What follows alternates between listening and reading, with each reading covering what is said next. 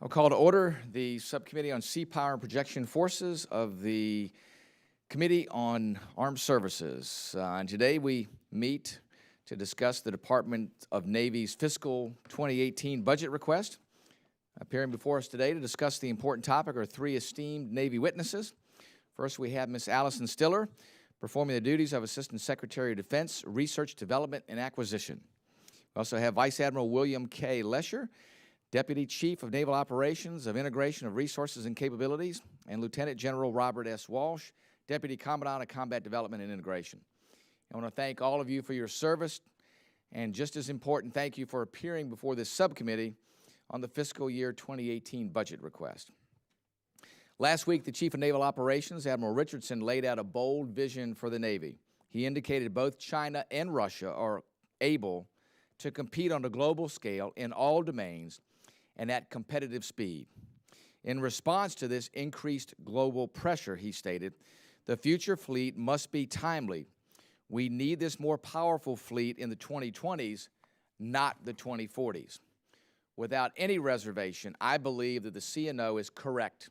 Unfortunately, the fiscal year 2018 budget request does not support the vision of the CNO nor of this subcommittee. While I do not object with the budget's emphasis on current readiness, I believe that there is a high degree of naivete in the area of ship construction. We must start now, not in 2019. Some believe that ship construction is like a spigot that can be turned off and on. I believe that there are those in defense budgeting that advocate for such an approach. In ship construction, though, we know one thing for certain. Ship construction is a long game and requires steady funding to achieve steady progress. Unfortunately, I do not see steady progress towards fulfilling the goal of obtaining a 355-ship Navy.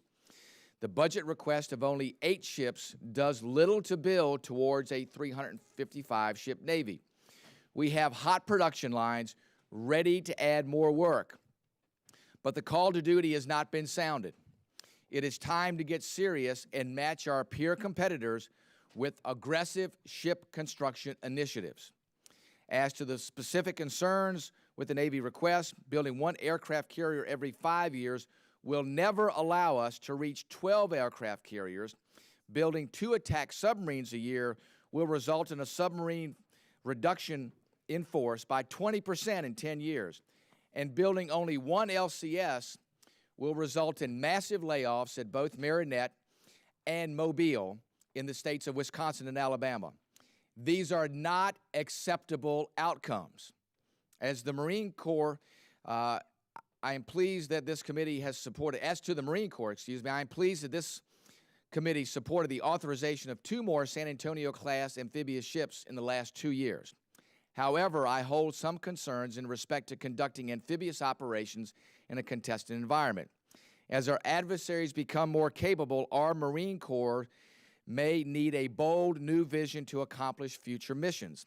And I know in speaking with General Walsh that they are well on track to do that in looking at all the opportunities that are out there, using every platform at their avail, but it is our duty to make sure that we find ways to make sure we enable and allow for those visions to be accomplished. This vision may require a change to our legacy forces. Expansion of aviation projection, longer-range connectors, and a lighter amphibious capability are all desired attributes of a more capable expeditionary force structure. Unfortunately, I see little of this in the budget request to change our current trajectory. I am reminded of the words of John F. Kennedy himself, a proud Navy officer, when he said that history has taught us that control of the seas means security. Control of the seas can mean peace. Control of the seas can mean victory. The United States must control the seas if it is to protect your security. Ladies and gentlemen, it is time that our nation wake up and seize control of the seas. I would now like to turn to our ranking member, Joe Courtney, for any remarks that he may have. Thank you, Mr. Chairman. Again, I want to thank the 3 distinguished witnesses that are here today to discuss the fiscal year 2018 budget request for the Department of the Navy and the Marine Corps. Before we get into the substance of the hearing, I think it's important to remember the context in which we are considering the budget requests submitted yesterday. In December of last year, the Navy under President Obama and Secretary Mavis released an updated force structure assessment that laid out a requirement for increasing the fleet from 308 ships to 355. Among other factors, the FSA noted that increased operations, lengthened deployments, and changing conditions around the globe necessitated this boost. Then, in the early days of the Trump administration, the Navy submitted an accelerated fleet plan that, in the words of Acting Navy Secretary Sean Stackley, stated, it offers a first step towards a framework to develop the strategic guidance and identify the investments needed to reinvigorate our naval forces. That plan identified 29 additional ships that the Navy found could be accelerated in support of the larger fleet identified in the FSA. And just last week, the Chief of Naval Operations, John Richardson, released a white paper noting the urgent need to boost the fleet as quickly as possible. As he concludes in the paper, time is of the essence. I agree, and like many of my colleagues on this panel, I have eagerly awaited more details on how the Trump administration would move forward on the highly bipartisan push for a larger and more capable Navy fleet. Unfortunately, the shipbuilding budget released yesterday reflects none of these inputs. Instead, it requests funding for only 8 ships and submarines, the same level as planned by the former Obama administration plan prior to the December FSA, lower than the 11 ships that we just voted on in the 2017 Omnibus Appropriations Act that we passed out of Congress just this last month on a bipartisan basis, and lower than the 12 ships that the Navy identified in its accelerated fleet plan for 2018. In other words, the Trump administration has proposed a 300-ship budget for a 355-ship plan. This proposal really begs the question, what is the administration waiting for? The table was set for this administration to take the work that had been done for years during the prior administration to hit the ground running towards a larger fleet. While I understand the Defense Department is planning a wider review of its defense strategy that will guide future investments, I can think of no element of the department that has as solid a foundation to start from than shipbuilding. A year lost in shipbuilding can never be regained, and unfortunately, that's what this budget proposes. Shipbuilding, as the chairman stated, is a long game that relies on certainty in the Navy's plans and intentions. Nothing in this budget, however, provides any clarity on where this administration intends to go with the buildup of the fleet. There is no 30-year shipbuilding plan that was submitted yesterday, and there was no fit-up. There was no future years defense plan that defense officials so far have just simply named as a placeholder. Congress, industry, and the American people are left guessing as to the way ahead. For some shipyards, this could be a make-or-break issue for them, and we need to tread carefully to ensure that we have a well-rounded industrial base in the future. We have a lot of hard work ahead in the next few weeks to craft our 2018 Defense Authorization Bill in an extremely truncated timeline. I hope that we will use the modest shipbuilding request submitted to us yesterday as a floor and not as a ceiling as we look for ways to further support the Navy's fleet expansion in the industrial base that we will need to support it. That is not to say that there are not elements in this budget that I strongly support. One area of welcome progress in our undersea forces. In addition to fully funding 2 attack submarines in 2018, as planned in the 2014 multi-year contract, the budget supports a long-sought priority of mine, which is the restoration of a second attack sub in 2021, making sure that the 2-a-year build rate will be all the way through the next block contract, Block 5 contract. That means we can expect at least 10 submarines in that next block, while we look for additional opportunities to increase that rate where the capacity exists to meet the increased fleet requirements of the FSA. In addition to supporting continued development and early production on the Columbia-class SSBN, the budget reflects the Navy's use of key authorities that we've provided through the National Sea-Based Deterrence Fund. I note that nearly $100 million is allocated in this budget for continuous production of missile tubes and advanced construction activities on the first Columbia-class boomer, the SSBN 826. As we well know, which is where the committee that drafted and created the National Sea-Based Deterrence Fund, the authorities in the NSBDF have been projected to save hundreds of millions of dollars if fully utilized. And I look forward to hearing more from the Navy about how they intend to use those authorities in 2018 and beyond. I also strongly support the increased focus on restoring readiness and operational availability of our fleet through expanding funding for the ship depot maintenance. This is a topic that Chairman Whitman and I recently publicly discussed in a forum together, and one that is absolutely critical to ensuring that we can fully utilize the fleet we have today as we build towards the future. It appears that the budget intends to leverage capacity in the private yards to support maintenance priorities, as well as focus investment in our shipyard capacity and infrastructure. The backlog in ship availabilities is immense, and we clearly need to do more to address this problem in 2018 and beyond. Finally, so much of what we do in the 2018 budget will depend on how we address the sword of Damocles that's hanging over the entire process, the Budget Control Act caps and the threat of sequestration.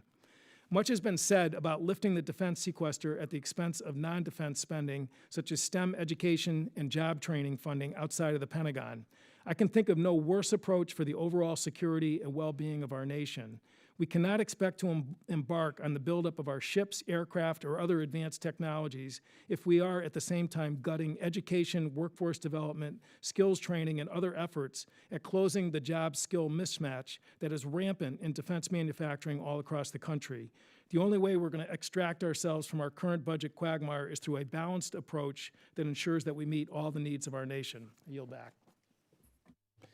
Thank you, Mr. Courtney. Thanks for those opening statement words, and it's good to know that I think we're both on the same page about what the course is ahead. So with that, Ms. Stiller, I will go to you for the opening statement that I know that you will present for both the Navy and Marine Corps.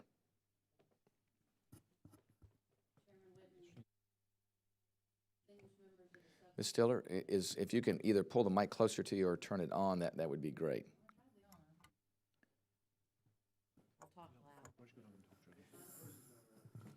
Okay. Okay. Okay. Yeah, we got to make sure we have it in the microphone because it's. Like this one? Okay, I'll start this way. There we go. Chairman Whitman, Ranking Member Courtney, distinguished members of the subcommittee, thank you for the opportunity to appear before you today to address the Department of the Navy's acquisition programs. I'm joined this afternoon by Lieutenant General Bob Walsh, Deputy Commandant for Combat Development and Integration, and Vice Admiral Bill Lesher, Deputy Chief of Naval Operations for Integration of Capabilities and Resources. I request that our written statement be included in the record. So ordered. On behalf of our Navy and Marine Corps, we want to thank this subcommittee for your strong support in the FY 2017 Defense Authorization and Appropriations bills. Not only has Congress supported our request, but the committee increased funding for many of our critical programs. We're committed to making good on that investment and to do so in the most fiscally responsible manner possible to provide the ships, aircraft, vehicles, and weapons that are needed for our men and women in uniform to be successful. We've continued to leverage every tool available to drive down cost. We've tightened requirements, maximized competition, capitalized on multi-year and block buy procurements, explored cross-program efficiencies, and attacked our cost of doing business so that more of our resources can be dedicated to warfighting capability. Global activities over the last year have made it clear that security challenges are intensifying at an increasingly rapid pace. To remain competitive, it is imperative that we continuously adapt to the emerging security environment and to do so with a sense of urgency. This requires us to work closely with Congress to return budget stability and predictability to the department, which necessitates increasing defense caps under the Budget Control Act. Our 2018 President's budget submission is governed by SecDef's priorities to improve warfighting readiness by addressing pressing programmatic shortfalls that have accrued from 15 years of wartime operational tempo. The budget maintains the operational effectiveness of our current force while also building a bridge to growing the future force starting in 2019. Over the past year, 11 ships were delivered and an additional 12 ships were christened. One of the ships delivered this year was DDG-1000 USS Zumwalt, a truly transformational platform.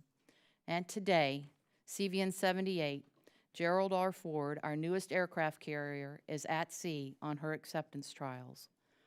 On the aviation side, over this last year, we delivered over 130 manned aircraft and 120 unmanned aircraft. Of note, our P-8A successfully completed flight testing with a capability that will revolutionize air-based anti-submarine warfare. And we designated our carrier-based unmanned tanker as an accelerated acquisition program. On the Marine Corps side, the Amphibious Combat Vehicle Program began delivery of vehicles this spring, with a total of 32 vehicles expected to be delivered by the end of the year. And last month, we conducted a ship-to-shore maneuver exercise, which demonstrated new technologies that could shape future amphibious operations. I would like to briefly discuss a couple of items posed by our budget request. First, we've requested multi-year procurement authority for the FY18 to FY22 DDG-51 Flight 3 buy. We have a handshake agreement with Huntington Ingalls to introduce the Flight 3 capability on their FY17 ship. We are also requesting multi-year procurement authority for the FY19 to FY23 Virginia class, which will introduce the Virginia payload module capability. Second, we've made a couple of adjustments to our 5-year shipbuilding plan. We added a Virginia-class submarine in FY21, and we've deferred the start of the frigate program from FY19 to FY20 while we revisit the ship's requirements. Our small surface combatant requirement remains at 52 ships, and we desire to transition to the frigate as soon as possible. However, the administration recognizes the criticality of our industrial base and supports funding a second LCS in FY18. We note that our shipbuilding plan beyond FY18 may be adjusted in our PB19 submission as a result of the Defense Strategic Review that will complete later this summer, consistent with SecDef's FY19 priority to grow a larger and more lethal force. In summary, the Navy's 2018 budget is focused on improving the wholeness of our current forces. We greatly appreciate this subcommittee's strong and consistent support of your sailors and Marines. Mr. Chairman, thank you for the opportunity to appear before you today, and we look forward to answering your questions. Ms. Stiller, thank you. Vice Admiral Lesher, Lieutenant General Walsh, thank you so much for joining us today. Wanted to begin, I'm going to just ask a single question, and I want to go to the ranking member and our other members because we have a long list of members that want to ask questions. So, Lieutenant General Walsh, I want to get your perspective on where the Marine Corps is today. If you look at and hear the assessment of where the Marine Corps is, we look at the force today, and it's a heavier force and a less expeditionary force than it was 20 years ago. And I think in the contested environment that we face, some of the things that the Marine Corps has to do is to look at the weight of amphibious forces, looking at the capability of connectors, making sure we're optimizing that capability, making sure, too, that in all instances we can project power as a highly maneuverable force in a contested environment. I think that those are things that we absolutely have to do today. And I just want to get your perspective on what changes are being made to expand our amphibious connectors and how we're going to be able to project power and what capabilities we will have in a contested environment. And how's the Marine Corps leveraging what I believe for the Marine Corps is a renaissance in aviation capabilities in amphibious operations? Thank you, Chairman, for that question, the opportunity to talk to you here today, and all the support the committee has done, particularly around LPD 28 and 29 and that support. Great question. And I think, as we look at where we have been focused really for the last 15, 16 years on the ground in Iraq and Afghanistan. So this renaissance in, as you called it, in aviation has been moving out. And one of the things that the Commandant has us focused on is developing a 5th-generation Marine Corps. And as we look at that 5th-generation Marine Corps, there are pieces and places inside the Marine Corps where we're developing that 5th-generation capability. Last year, we conducted really about an 18-month force structure assessment of the entire Marine Corps and looked at where we have gaps and seams, where we're not set up for the future battlefield. As we look at the threats in the future, and the the threat drives our concepts and drives our capabilities. The threat we're seeing is not just focused on ISIL, it's not just focused on Taliban, it's focused on peer adversaries and how are we going to operate in that environment. As we looked at that force, the desire to lighten up, as you talk about on our amphibious force, was driven by a lot of the IED threats that we've seen on the ground in Iraq and Afghanistan. So it's easy to say that we need to lighten up. We can't look like the Army. We're not the Army. We come from the sea. We have to be a light expeditionary force, forward deployed. But at the same time, when we get ashore, If it's a contested environment, we're going to have to be able to slug it out and be able to operate against peer adversaries. We do that in a lot of ways as a lighter force with maneuver. So aviation, as you talk about, brings us a lot of maneuver capability. But yet when we maneuver and those Marines go into close contact, they are going to have to be able to fight it out, and hopefully in a maneuver warfare fashion where we're not going tank on tank against large enemy formations. That's not who we are. We're not the Army.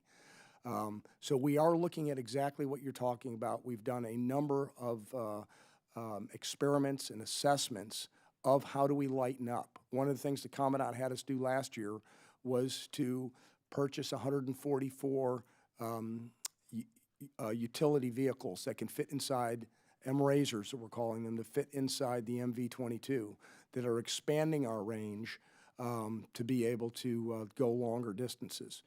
While we did that, just at this advanced naval technology experiment that we just did, we were looking at how we can lighten that particular capability in an electric capability that lightens that load to be able to go further. Bringing in network on the move capability. So as we deploy the force and we start to distribute more, we've got to be able to bring the fires with them and the C2 capability, so those distributed forces that can operate in a lighter way have those capabilities bear. So I think we're going after that problem because the number of ships we have is limited. I think we're on a fairly good plan on the amphib side. As you talked about, we've got hot lines. So moving forward, we've got good ships, but we've got to be good partners with the Navy, that we've got to keep in that expeditionary mindset that we've walked away from a little bit in Iraq and Afghanistan. So the focus is on how do we lighten up, but at the same time, when we're buying smaller vehicles in a foot mobile Marine Corps, how do we bring that firepower to bear as we go forward? No question about it that our aviation capability brings us a lot of that. Expanding the connectors, we're looking at that very hard. One of the things we're looking at with Office of Naval Research that we've got a project going on right now is to increase the speed of our current amphibious combat vehicle capability. That's the number one line of effort. The second line of effort is to look at other connectors that could help us in that way. Things like sleds that we could put the amphibious combat vehicles on to move them ashore from further distances and faster, along with different connectors that can help us along those lines, such as joint high-speed vessel, those kind of different connector capabilities where we can bring more in faster. And the third line of effort that we've looked at is looking at that problem and how do we get shipped ashore in a different way with the technologies that are out there. In this last experiment that Ms. Stiller mentioned out at Camp Pendleton, we had more than 50 different dynamic capabilities that we experimented with that came from across industry and across the naval warfare centers that brought in new capabilities that are going to allow us to be able to sense the battle space, see where the enemy is, where it's not, be able to deceive the enemy, understand that battle space a lot better, and be able to maneuver more quickly ashore. So I think we're getting after this problem pretty hard, and I think if anything, we probably owe some more discussion of this in detail with you in follow-on discussions. Very good. Thank you, Lieutenant General Walsh. And now go to Mr. Courtney. Thank you, Mr. Chairman.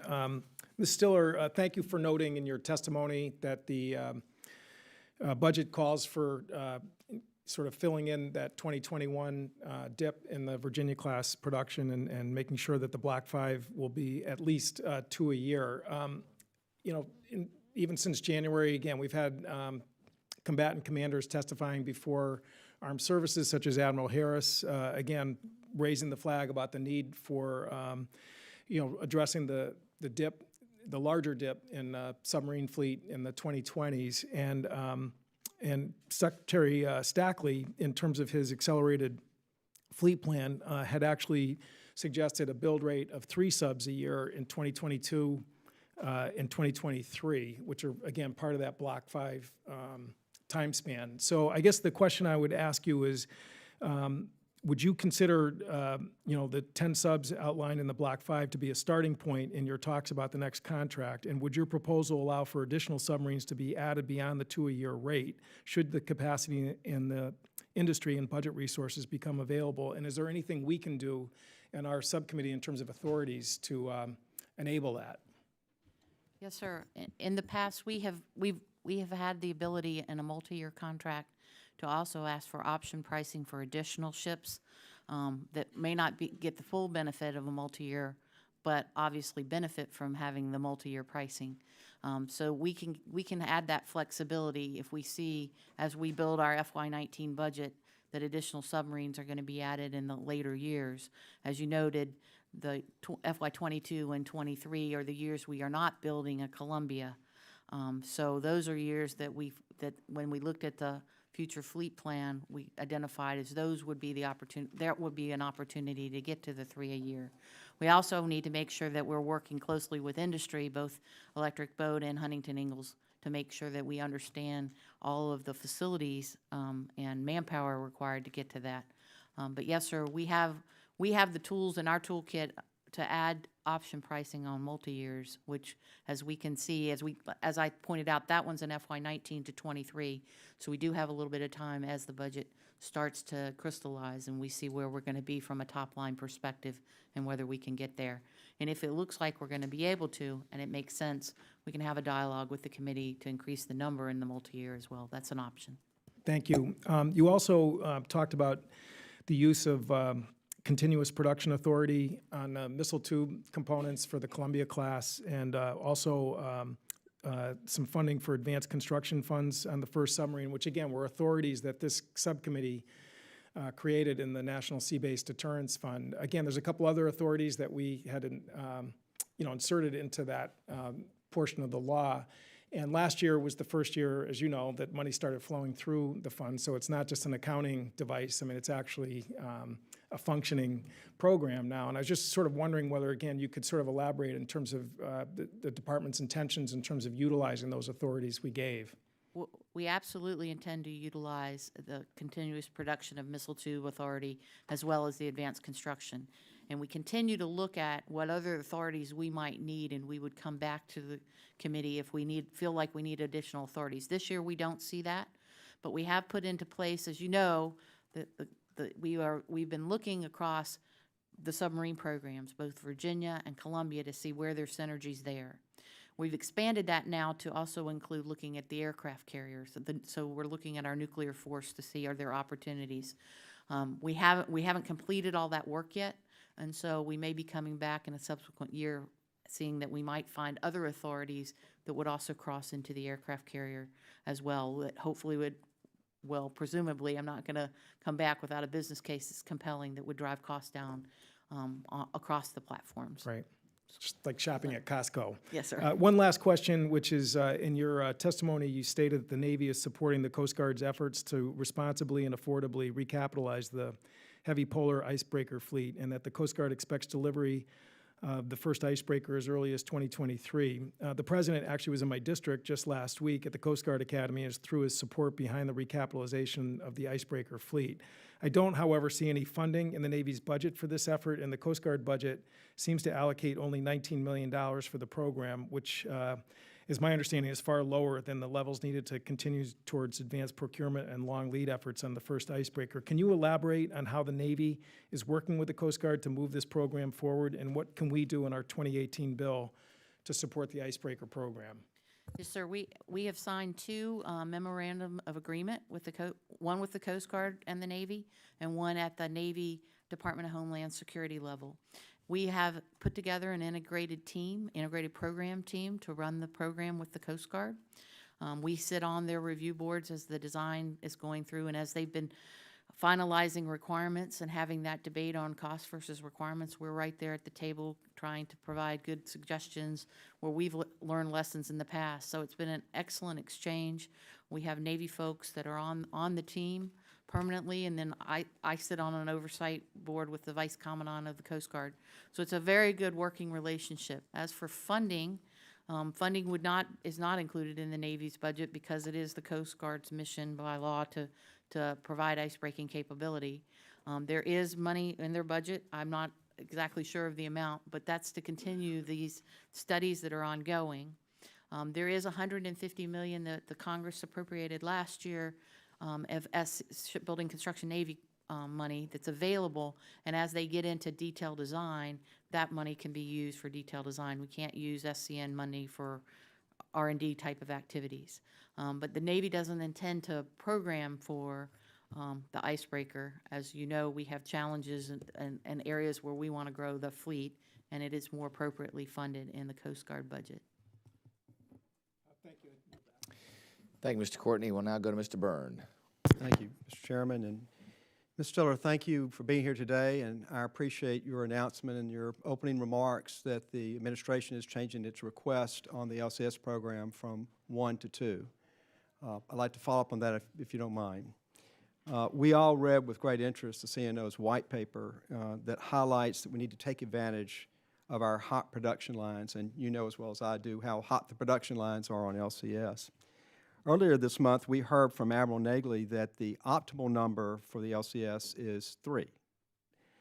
Now, as far as cost and schedule efficiency, that seems to work pretty well. And we're still working towards 52 small surface combatants, including the transition to the frigate, and a 350-ship fleet. Why not continue to leverage this production capacity by going to 3? Well, yes, sir, and the way we are looking at how we get from the LCS to the frigate while looking at the industrial base, while 3 is the most efficient, I'm looking at it more across the FY17 and FY18. So if you've got 3 ships that were appropriated in 17 and the 2 and 8 that we're talking about to be discussed, obviously, until the 18 budget is passed, that's 5 to go across the 2. Within the yards right now, there are 13 ships that are in phases of construction, and we would certainly work with both shipyards to figure out what's the optimal build strategy during this time where we're trying to transition but keep the industrial base there. So I agree with you, we're not at their most efficient level, but we're also greater than minimum sustaining rate. And so we will work with the yards to make sure that we're mitigating impacts to the industrial base as we move forward. And I know I don't have to tell you this, but this is a highly trained, highly skilled workforce, and they've been working together long enough now to where they've gotten efficiencies down and costs down, which is music to our ears up here. We want to try to take advantage of that, and I know you and I have talked about this before. This is not a spigot. When we turn even part of that spigot off, all these highly trained people that can get jobs in this economy literally all over the country, they're gone. And trying to rebuild that technical capability at the level we're going to need to build it back to meet your 52 ship requirement is going to be difficult, and I think it's going to draw out your timeline, and I'm pretty sure it's going to increase the expense of the ships in the future. So I know you already know that. I just want to make sure you and I have communicated about that. I want to go to the timing for the transition to the frigate. Now, we went through this 3 years ago. We went through this study that the Navy had from the Small Surface Combatant Task Force, and they called for the transition to the frigate in 2019. Now, obviously, if we can go ahead and transition to 2019, that makes the job of trying to make sure that we've got these hot lines still hot enough and being able to do what we want them to do a lot easier. Have we amended that study to change it from 2019 to 2020? Sir, I'm gonna start this, and then I'm gonna defer to Admiral Lesher Sure. to talk to you a little bit more about the requirements. Sure. But as we have been going through our fleet, as we're watching what's happening around the world, yes, we did have a frigate plan to start in 19. The requirements community has said, no, they want to take another look at that, especially in the local air defense area, and I'll turn it over to Admiral Lesher here in a minute. And so while they're coming through their deliberations, we again will look at making sure that we're keeping that LCS line and the industrial base there so that we can get to the frigate in FY20. But I'll defer to Admiral Lesher on the requirements. Before you do that, Admiral, you have not amended the plan itself. I'm sorry, sir. We have moved the frigate start to FY20 in this budget. But the plan that was put forward in 2014 has not been formally amended. We are in the process right now of looking at the requirements community is in the process right now of relooking at requirements based on the threat today. All right. Okay. All right, I'm sorry, Admiral. No, sir, absolutely. So very briefly, the requirements evaluation team for the frigate is working very hard right now to take a look at the use of the frigate in distributed maritime operations, the distributed lethality concept, which will be a slightly different requirement set for that ship. And so as Allison indicated, And that's the missile capability? it's a combination of an aviation warfare capability, increased survivability, and looking at electronic warfare. Concurrent with that, for the OTH missile is something that's part of our cruise missile strategy as well, to bring that on. But that team is working to really present their recommendations in the building end of this month and start briefing that up to the Chief of Naval Operations and the Secretary.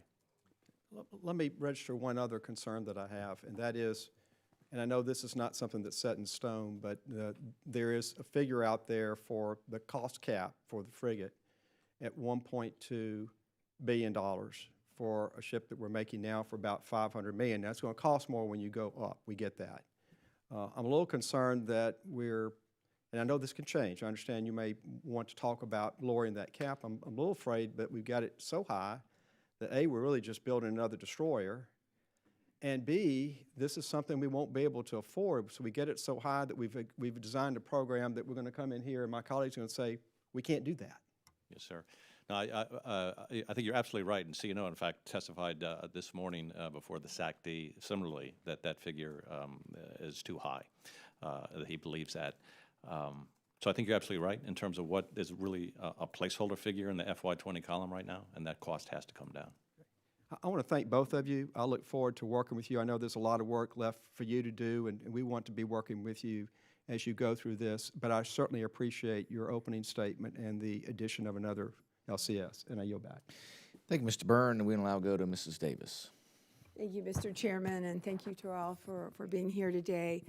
As you know, the budget submission contained no FY18 funding for the Expeditionary Sea-Based ESB program, despite the fact that the Navy identified that requirement to double the force from 3 to 6 ships. So could you help us understand a little bit better about what was driving that, the budget or a change in strategy?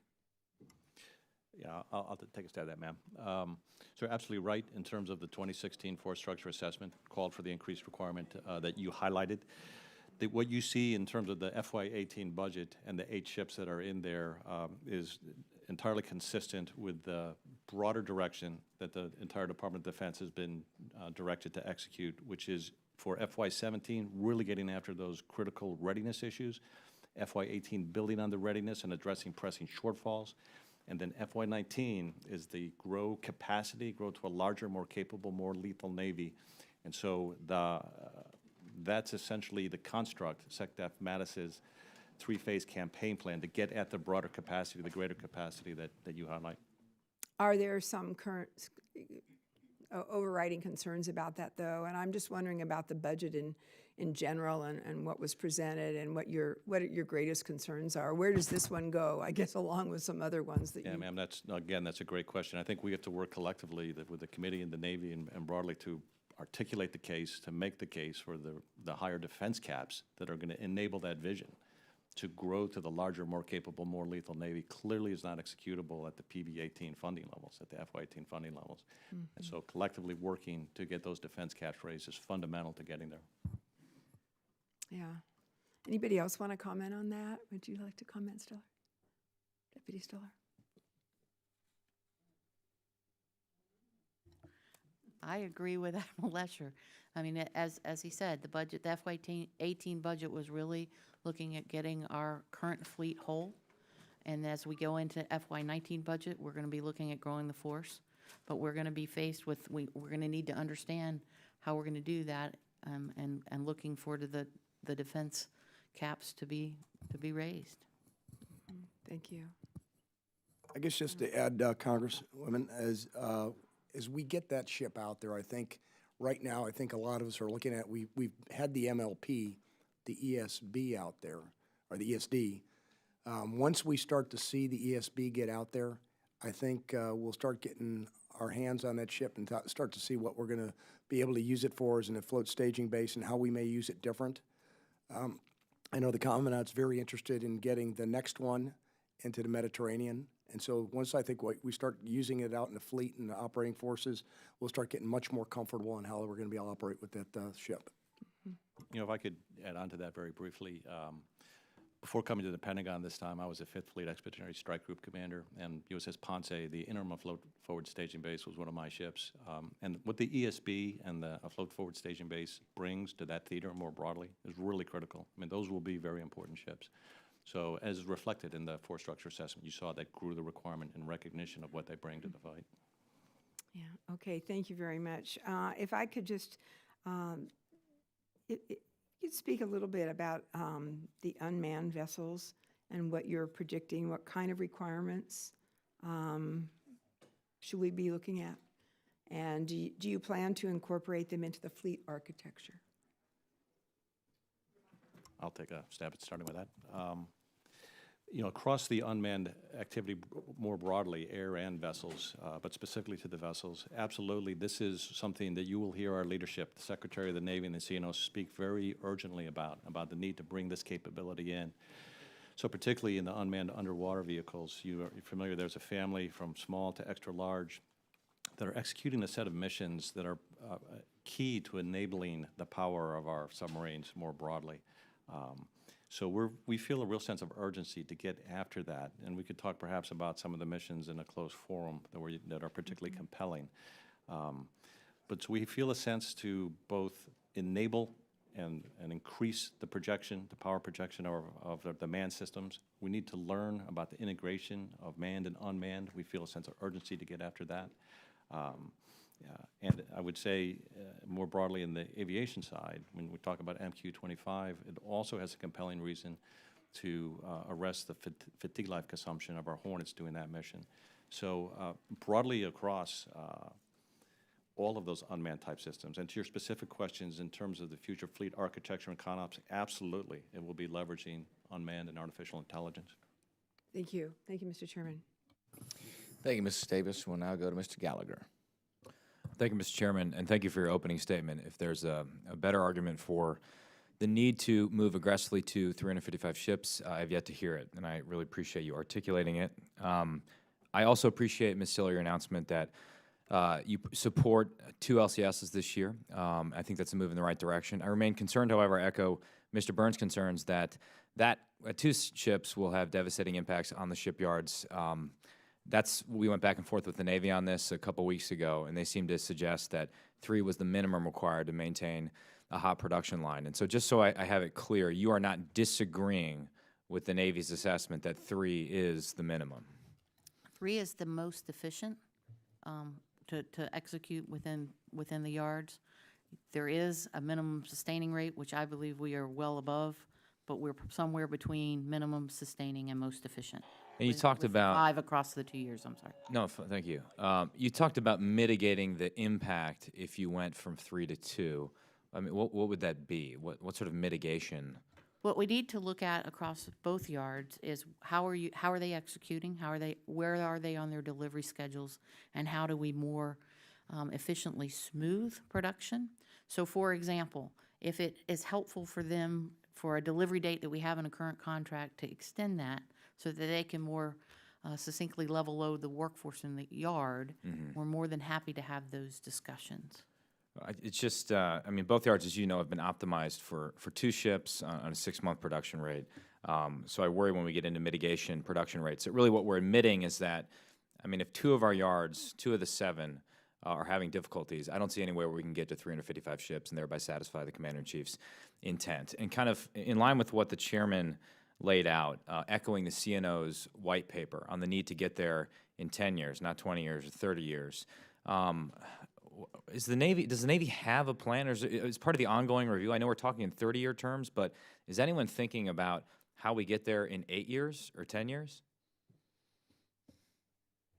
As was referenced earlier, Mr. Stackley signed out the accelerated fleet plan, which, as he talked about it helps to set the framework for strategic guidance. We expect that to be part of the discussion as SecDef goes through the strategic review, and we get through this summer to figure out where we're headed. But where you're going to see growth in the force, as Admiral Lesher mentioned, is starting in FY19. The other thing, go ahead. if I may, sir, add to that. You know, the Navy is looking very comprehensively to your point about how you could really accelerate growing to a larger force. So clearly the initial steps, the investments in this budget to improve readiness to get the ships we have out is one element of that. Looking at service life extensions as well, where that makes sense, of course, either DDGs or SSNs. Also commissioned a study to look at whether recommissioning would make sense.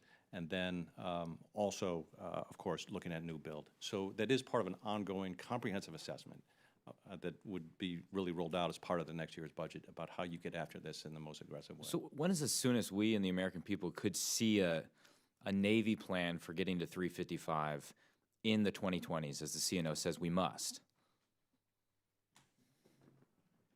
To include what mix of ships go to what shipyards and just how we do it. Well, no, again, sir, it's a great question. One, of course, key element of such a strategy would be how fiscally informed it was. And so it starts with the ability to execute that, to make that plan come alive, obviously starts with the defense caps as well. And so I do think that that's part of this ongoing discussion that will come this summer, this fall, and certainly be part of the FY19 rollout. Well, I just would hope that we talk about strategically what's necessary before we get into fiscally what we need to achieve, what we know we must, right? And so if we have that clear signal coming from the Pentagon and from the Navy, it makes it easier for us here to make the argument to our colleagues that we need to fully fund what you're asking for. Because 355, as I remember, is the minimum you guys are saying you need to satisfy ongoing requirements. So the sooner we can get there, the better. And so, and I just would submit that, I mean, if you look at how the Reagan administration got there, they were able to do both at the same time. I appreciate the crucial investments in readiness, but the fact that we are actually taking a backward step when it comes to shipbuilding is incredibly troubling. And so I just would ask that you work with us on how we do this in a more expeditious fashion, and I hope we get to see that plan. And as the CNO said, you know, we believe the Defense Industrial Base could produce 14 more small surface combatants in the near term and a total of 29 more ships over the next 7 years than under current plans. Mr. Chairman, I yield. Thank you, Mr. Gallagher. We'll now go to Ms. Bordallo. Thank you very much, Mr. Chairman, and I thank our witnesses for being here today. While I share some of the concerns that my colleagues are voicing about resource allocation in the FY18 Navy budget proposal, I am pleased to see an effort to rebuild the readiness. And I will first note that I was pleased that the request included 3 MQ-4C Triton systems, which provide a critical maritime ISR capability at a crucial time in the Indo-Asia-Pacific region. Where I understand an early operational deployment to Guam is scheduled for 2018. Admiral Lesher, could you tell us how things are going on the program and whether the deployment is currently on track? So, ma'am, I'll have to get back to you on that specific deployment, but I'll tell you the program is to a point where it's going to be able to execute. It looks like the acquisition profile that you highlighted of 3 this year and 3 going forward. So we're very much looking to bring the multi-int capability of that aircraft online. Forecast for an IOC 2021 timeframe as well. So anything else you would add, Allison?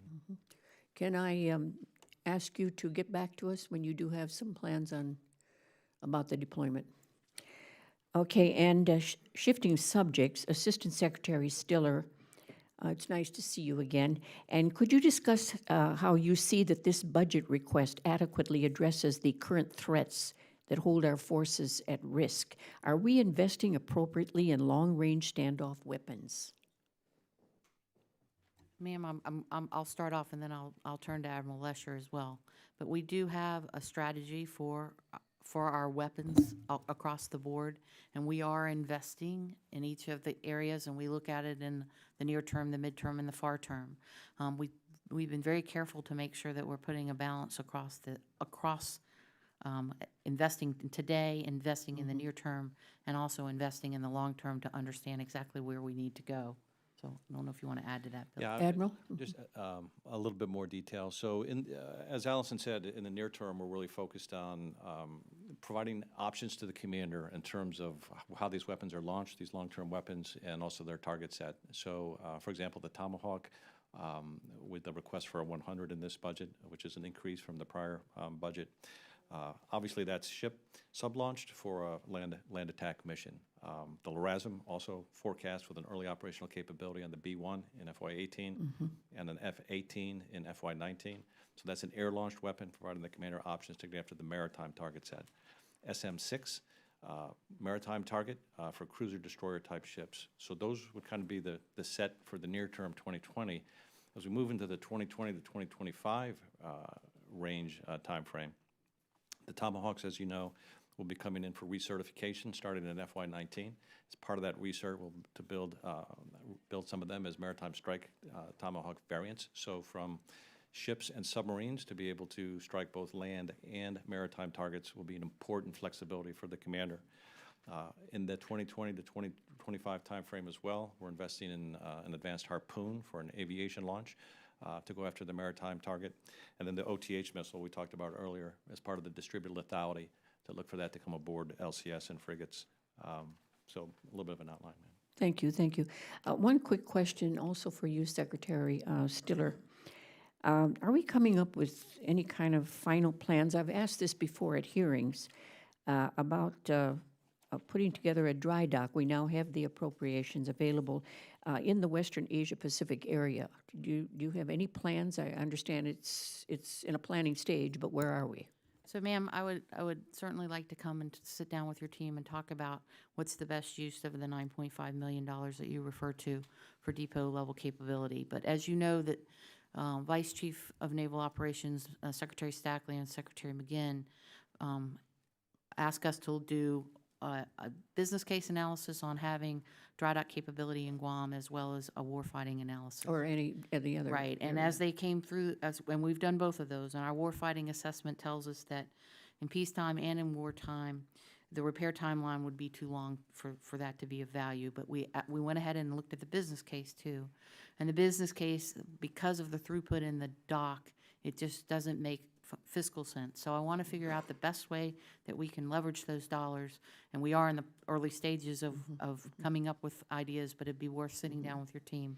Well, I'm figure out concerned that way. because of threats. Sure. You know, we certainly have been threatened in our area. And in this case, I certainly think it would be important to come up with some kind of a plan. Thank you, and I yield back. Thank you, Ms. Bordallo. We'll now go to Mr. Hunter.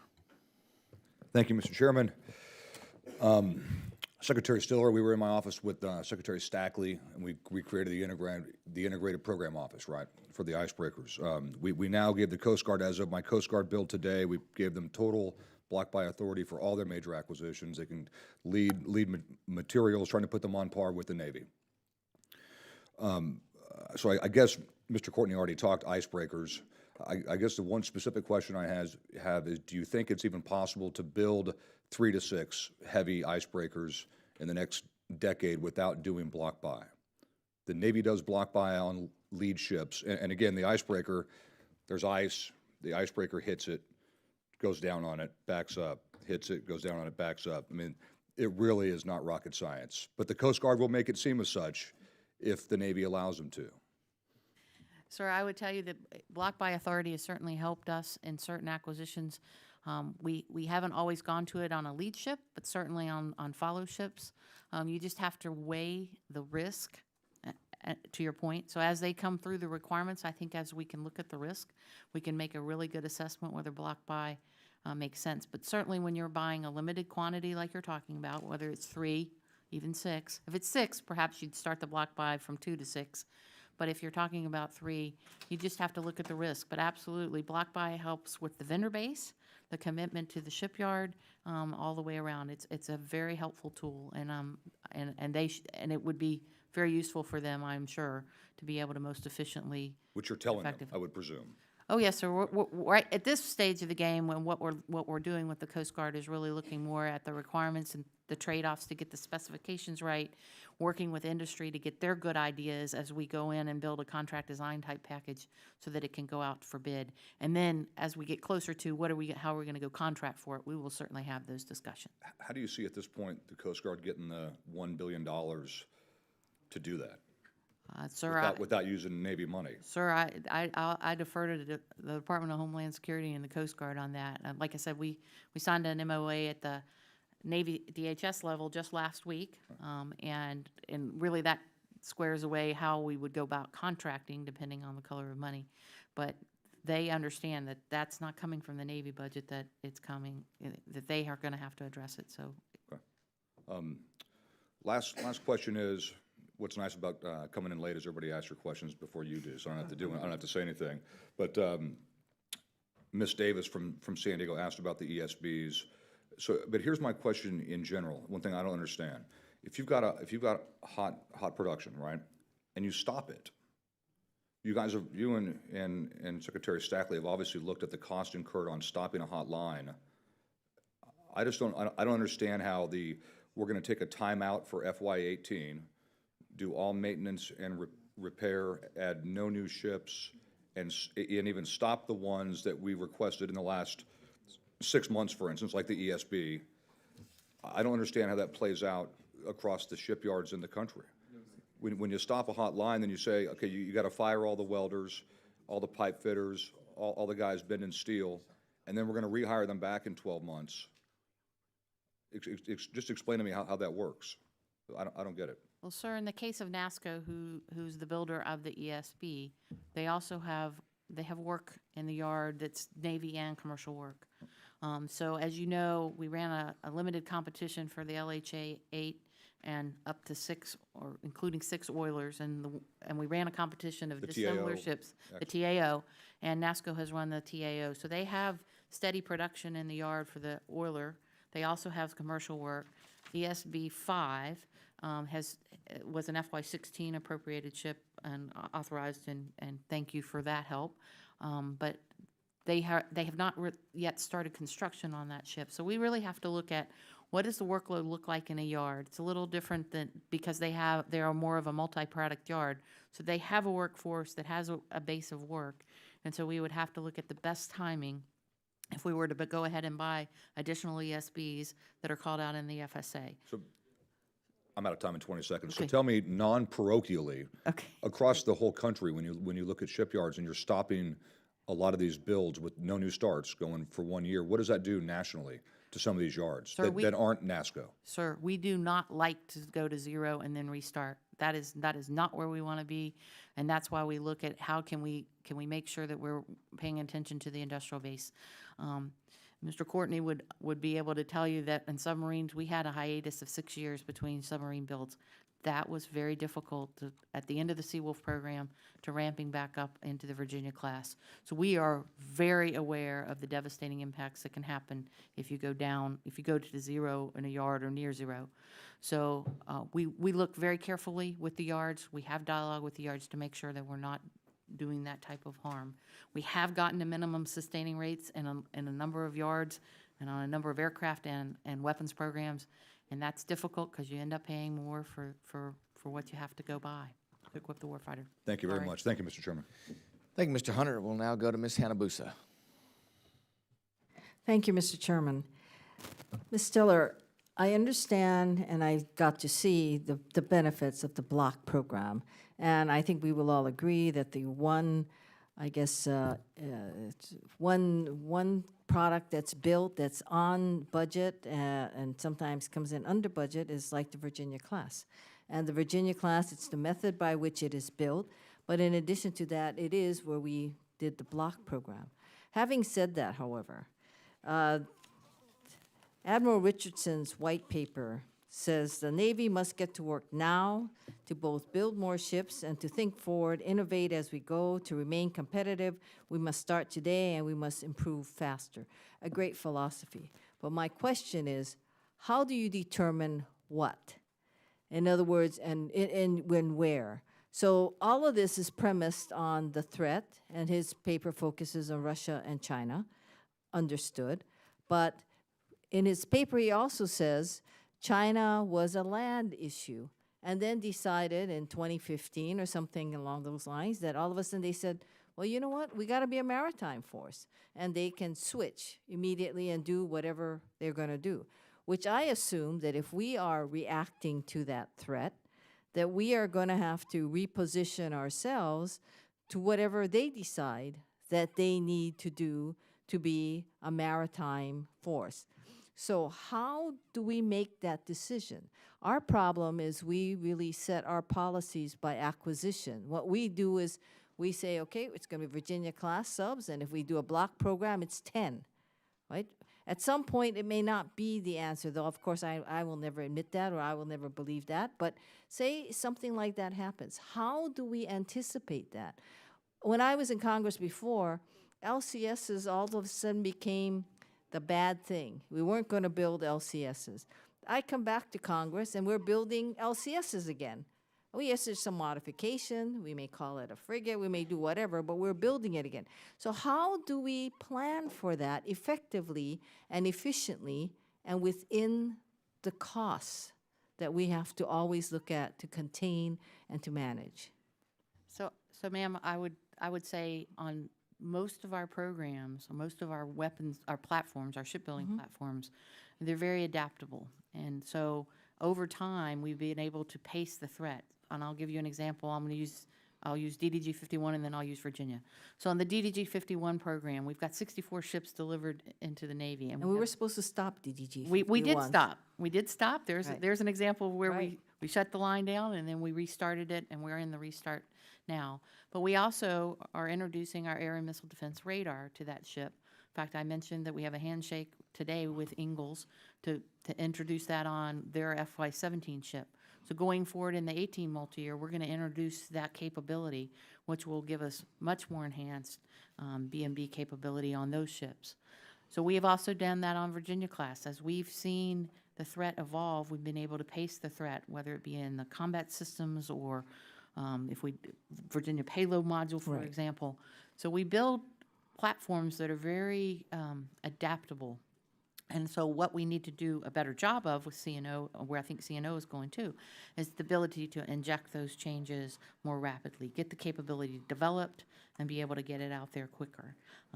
He and I have co-chaired a couple of accelerated acquisition boards. We've designated 2 programs to be Maritime Accelerated Capability Offices, MQ25, and our LDUUV.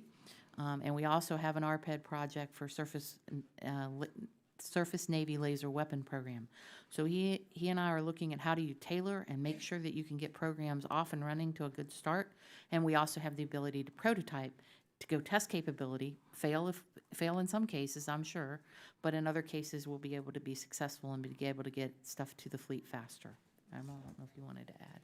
Ma'am, if I would just add, the theme that Secretary Stiller has been talking about of increased agility, and to your point, to be able to not just be reactive, but to be proactive in the way we acquire things is a key theme that you will hear continually from CNO and the Secretary. The sense of urgency to be able to just be more agile in developing and fielding fleet. This framework of focusing on not just platforms, but the payloads and the sensors, and really it's the netted, integrated things that we're investing in that we see as the really the game changers for the tactical capability we field. And I'm running out of time, but what I would like to have you respond to is, in terms of our laws, and in terms of the way procurement works, what is it that you need, if anything, for that flexibility so that you can change what is there? And if you could, I'm out of time, but if you could give it to me back in the record, because it seems like that's what's missing. In order for us to do it, you've got to be able to be flexible. Yes. And is our structure sufficient in terms of that Yes, flexibility? ma'am, and I'd be happy to give you that. One of the first starts was the 16 NDAA, which pushes stuff to the services, so.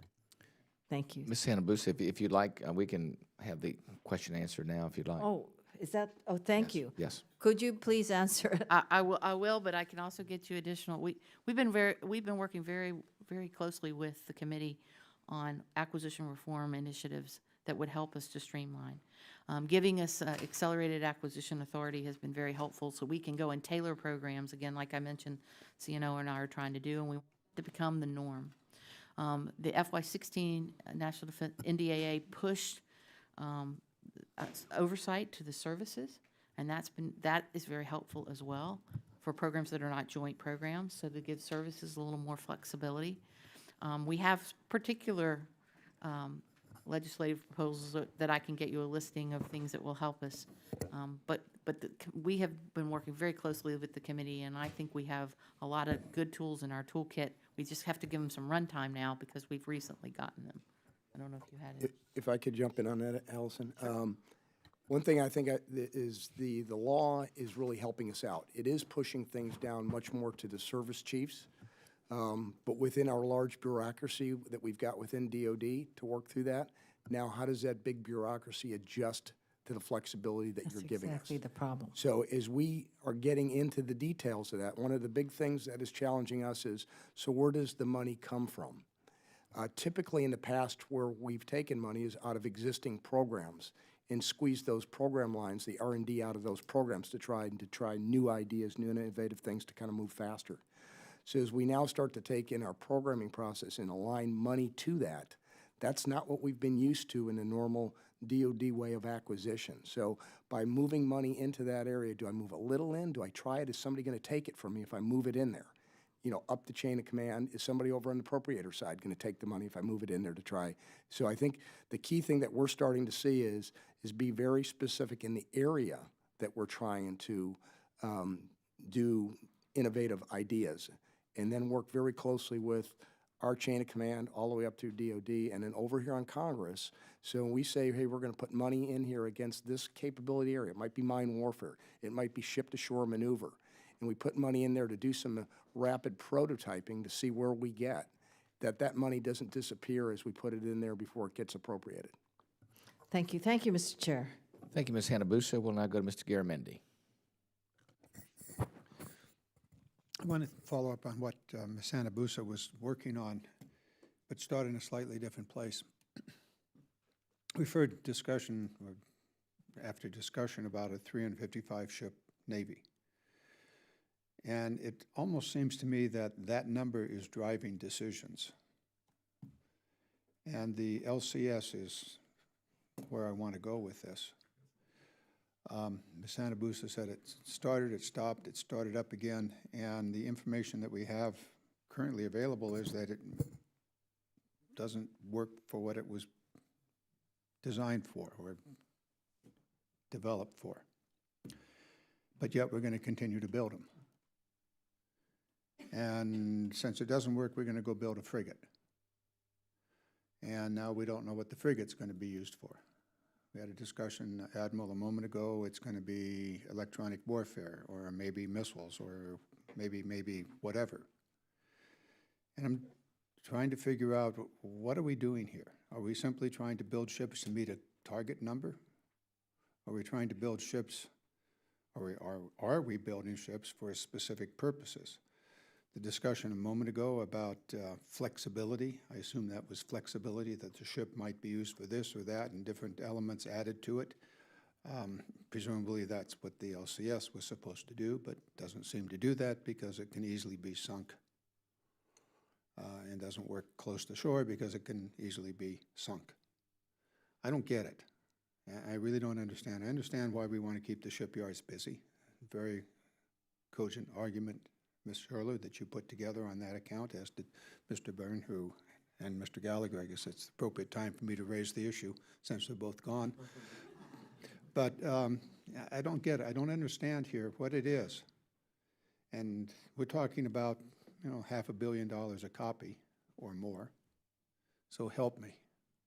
Help me, what is it that we're trying to accomplish here with these particular ships? So I would start by observing that the fleet has a very high demand for these ships, it's contrary to the notion that they're not working. They're in fact, Admiral Roden, the Surface Forces Commander, said, hey, I need these ships out here and I need more of them. In terms of the specific missions in particular that the littoral combat ship will be executing, one of the key ones is mine countermeasures. So our current mine countermeasure ships, the MCM-1 Avengers, are running out of service life. And they will be retired in the late 19s, early 20s. And so that mission will be executed by LCS. It also has surface warfare and ASW warfare mission packages as well that it will execute. I would say one of the more compelling ways to think about LCS. Excuse me for a moment for interrupting. Yes, sir. The Director of Operational Test and Evaluation says that the mine countermeasure and the anti-surface warfare mission packages has not demonstrated effective capability. Right, and so they're So what, did you just tell me? They're in development right now. Tell me they do or they don't? Well, like any sophisticated technology, and what's compelling about this technology as well is it takes the man out of the minefield, right? So we're talking unmanned technology with a forecast initial capability of that MCM mission package of 2021. So we've absolutely work to be done to mature that, to get that functional. But these things are not survivable in the area for which they were intended to operate. Well, so as the commander who is going to use them, will take a look at, he will design his operation and design his campaign so they are survivable, right? In other words, not putting them where they were intended to operate. Well, I think they will operate as intended. But what they also do is, if absent these ships, we would be putting, you know, $1.5 billion DDGs to do some of these missions that are not suitable for those ships. So these ships are designed specifically to replace the MCM ships, to replace the PC ships, to do that mission in an environment in which they were designed to do. But not survivable. Sir, Is sir, that the case? Sir, We hear there's- over, I there's hear a- there over are and different over again. components to survivability.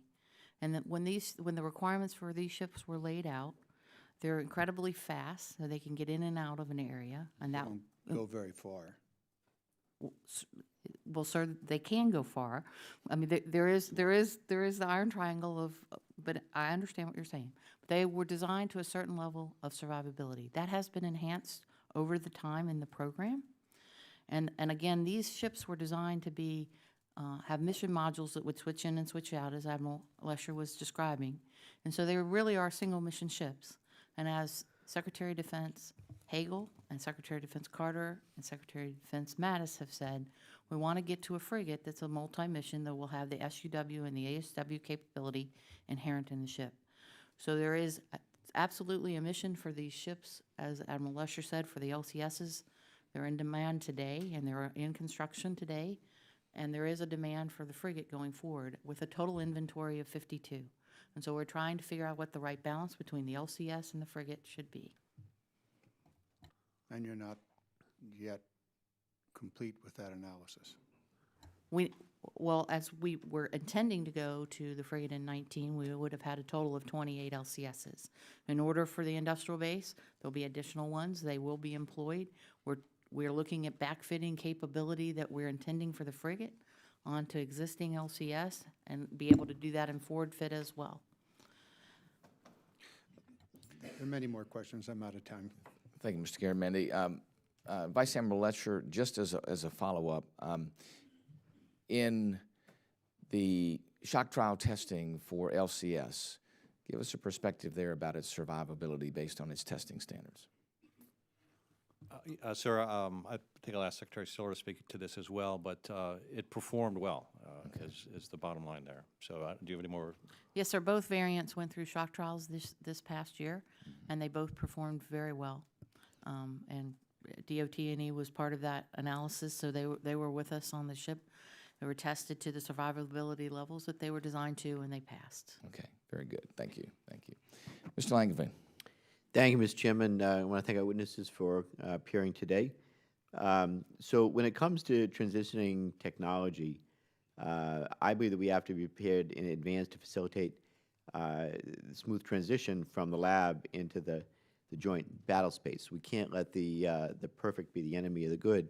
So in that line of thinking, we can't let our desire to get to 100% deter us from fielding a 95% solution. And if we delay funding transition pieces, then we risk technologies falling into the valley of death. And I understand that the Navy has decided not to fund the transition of railgun this fiscal year, despite multi-shot with inspection tests having recently occurred and a true multi-shot test likely to take place soon. So I want to know, what is the potential impact to railgun development without this transition money? Sure. So the status of railgun is there's continued S&T funding, as I think you just highlighted in this budget forward, and that really just reflects the technology maturity of it right now. So going to the 6.4 funding that you were talking about for demonstration and validation in an operationally realistic environment, our assessment is that technology is just not ready for that stage yet. So we're continuing to fund it, looking for the repeated, 10 rounds per minute type capability out of that weapon and the barrel life as well. Continuing to fund that to keep the overall momentum going. We're also refocusing fundings into the hypervelocity projectile and accelerating that for use in the 5-inch powder guns so that we can integrate it with the combat systems. So in that specific program, the current profile simply reflects its execution and the maturity of that technology right now as we continue to try and develop it and take it forward. So at what point in its development would the Navy find railgun viable in order to consider transition? Sir, I think, as you mentioned, we have a multi-shot event coming up later this summer that will help us to look at it and see where we want to go and as part of the 19 budget. But that gives us additional information that helps us to retire some of the risk. Yeah, I think for FY19 is when we're forecasting a full-scale prototype demonstration. Okay, and as we look forward, what platforms does the Navy see as viable for railgun? So I'm not sure that analysis has been done yet, or has been settled yet. I'll take that for the record, sir, and get back to you. Okay, I would appreciate it. I just don't want us to let the enemy, the perfect be the enemy of the good. I mean, and I commend the Navy for being very forward-leaning on things like directed energy. I know we've got a test weapon on the USS Ponce. It's a 30-kilowatt system, and again, not perfect. It's not where we want to be in terms of a 150-kilowatt system, but we're learning as we're going, and it is effective against some targets like drones and things like that. So we're learning a lot. So I commend the Navy for being forward-leaning on directed energy. I just don't want us to see us fall behind and lose the opportunity to get railgun out there as well, and if we're waiting for perfect. Ms. Stiller, our shipyards, and particularly those working on our submarine fleet, depend on timely distribution of funds from the U.S. Navy in order to successfully procure and construct the various pieces and parts of our fleet so that they can deliver on time and under budget. The Navy has previously predicted the long lead time material engineering, support, and advanced construction activities required to capitalize on advanced procurement successes. Has there or will there be coordination with the shipbuilding industry to identify what delays on delivery or additional costs may occur if we don't have adequate advanced procurement funding? Yes, sir. We are in constant communication with the shipyards, and for our next multi-year on Virginia, we've already identified EOQ funding that will start in FY19 for that multi-year, and in concert with the shipyard to make sure that we're getting the best deals we can with our EOQ funding, and that will go through the entirety of the multi-year. But we want to make sure that we have it up front when we need it. And I think we have it adequately funded right now in the budget. But we'll continue to have that dialogue with the yards, and if they identify other areas where we could benefit from EOQ, we're happy to have that discussion. I think that dialogue is important. That makes sure that that continues. Finally, you may have to answer this with record. My time's about to run out, but the Navy has made great strides in the Surface Electronic Warfare Improvement Program. And the existing fleet has been receiving enhanced electronic warfare and surveillance capability. So leveraging these technologies is essential to pace the impending full-spectrum threat of tomorrow's fight. How does the FY18 budget request advance electronic warfare capabilities? And also, the Marines have also planned to grow their electronic warfare capabilities through aviation and ground EW equipment. Will the FY18 budget request provide the Marines with adequate funding to make further investments in the spectrum realm? Thank you, Congressman. I mentioned earlier we had gone through a fairly detailed force structure review. One of the areas that we focused on very heavily was information warfare, of which electronic warfare is a big piece of that. So what we're doing in our Marine Corps Force 2025 is growing that structure in electronic warfare, and in the FY18 budget, we've got funding going into both aviation and ground programs to increase those capabilities, along with the R&D efforts to get more follow-on enhanced capabilities through some of the labs that we have. Sir, on the CWIP question you had, the FY18 budget has Block 2 in full rate production, and Block 3 initial system, it's in development. Contract award is forecast for the fourth quarter of this year. Okay. Thank you all very much. I'll get back. Thank you, Mr. Langevin. Ms. Steele, I do want to end with one additional question that hadn't gotten mentioned through the line of questioning, and that is concerning the aircraft carrier build. As you know, in the force structure assessment, the projection was there to go to 12 aircraft carriers. And I want to get your perspective at the current build rate of one carrier every 5 years. Is it possible to ever get to 12 aircraft carriers, building one for every 5 years? And if not, what would the cadence of construction need to be in order for us to get to 12 within the next 30 years? And did the budget request include anything in that initiative? Sir, we could have gotten to 12 carriers for a brief period of time had we, when CVN 79 was introduced, but we changed the delivery schedule on that ship so that we would not get above 11. So if you stay on 5-year centers, right now we're at 11, you'd eventually get down to 10. So we've always said where you need to be to get to a 12 carrier Navy is about a 3.5 year centers. And we are not there right now. We are on 5-year centers, and at this point, the budget doesn't reflect anything that would change that. That will be something as we go through the Defense Strategic Review this summer and SecDef's priorities for the 19 and out budget that we'll be looking at. So if we were to go to a 3.5-year cadence in builds, we could get to 12 in the next 30 years. Oh, yes, sir. Okay. Yes, sir. All right. Very good. Now go to Ms. Bordallo.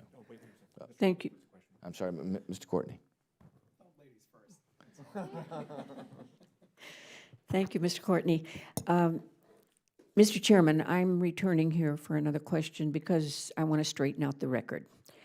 Secretary Stiller, when I asked you about the dry dock, you said one of the reasons that they're still discussing it is it's not financially viable. The BCA says that it is twice as expensive to not have a dry dock than to have one on Guam. And of course, this would certainly be the case if you had to depend on other U.S. shipyards. I'm wondering, would the Navy be going back to relying on foreign ship repairs like they did in the old days, taking their MSC ships over to Singapore? So it is my belief, and Navy leadership has stated, and we have this on record, that a dry dock is a strategic need in the Western Pacific. And I'm concerned again, and I want to repeat it, that there is an over-reliance, or maybe there is an over-reliance on foreign ship repair. So I'm asking, what's wrong with Buy America? Yes, ma'am. As you know, MSC ships are not home ported, although, and I know that's a nuance there.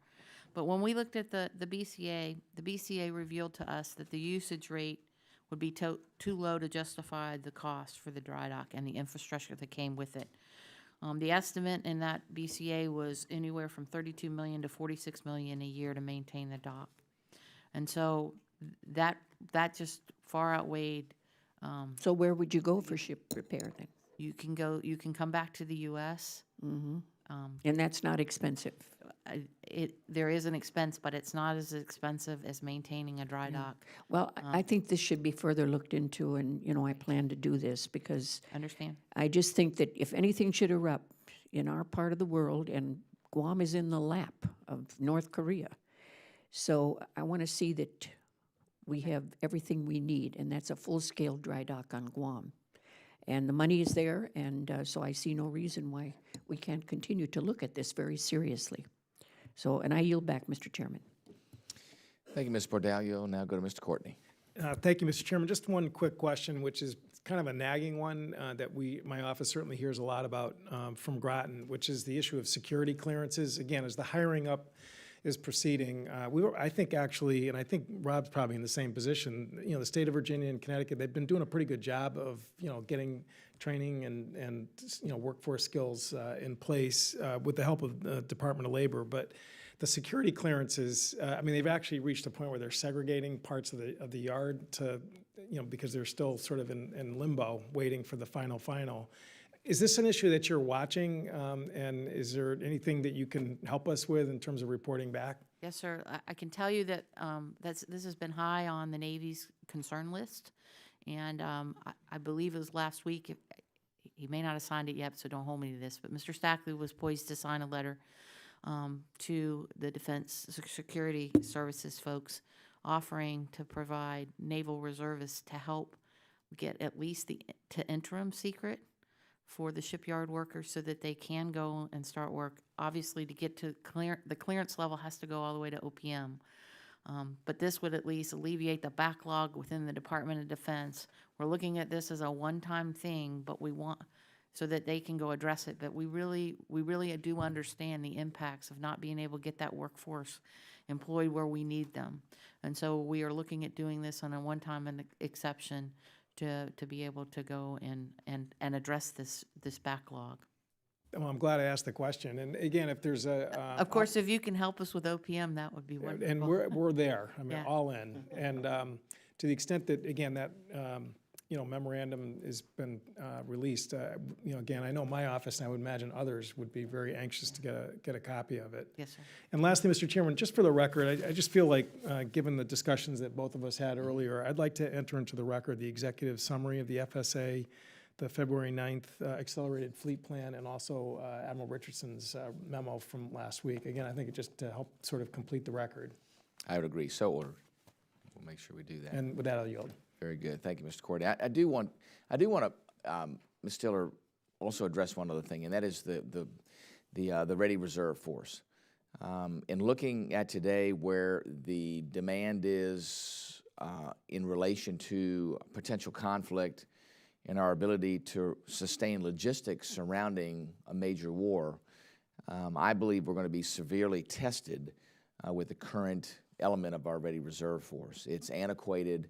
Its ability to conduct extensive logistical efforts, I think, is really going to be tested. So the question is the Navy looking at the Ready Reserve Force? Is there anything in the current budget request to look at building the Ready Reserve Force with the capability necessary to be able to sustain logistical support necessary in a major conflict? So this is something that we will be addressing in FY19, but we have been looking at it, and in fact, in the Navy's accelerated fleet plan, there's a little section that talks about looking at our pre-positioning ships and the age of those, and that those while not aged out are aging, and they could go. And it doesn't say it exactly like this, but that those ships could be considered to go into the Ready Reserve to relieve those ships that are very old.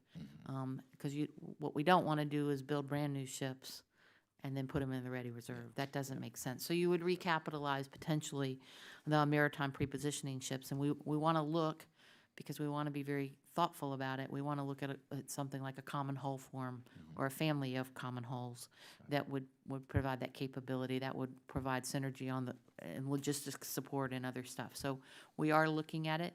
Transcom's also interested, as I know you've heard, on bringing ships from the Maritime Security Program, buying them and bringing them into the Ready Reserve. There is probably a mixture of all of that has to be looked at. And again, we intend to be looking at that in 19. So I think you'll start to see that discussion happen starting in 19. Yeah, I think that's critical, and we would like to continue the discussion with you and see a concrete proposal for 19. I think we have to do more than just look at it at that particular point. Hopefully what we look at over the next year, that we can work with you and have a concrete proposal in 19 for the Ready Reserve Force. Because my concern in talking with General McDew and others is that our capacity there and ability to sustain in a major conflict is really being stretched to the point where I think it becomes strategically problematic. Yes, sir. We will work with you. Very good. Thank you so much. Any other questions from the subcommittee? If not, we are adjourned.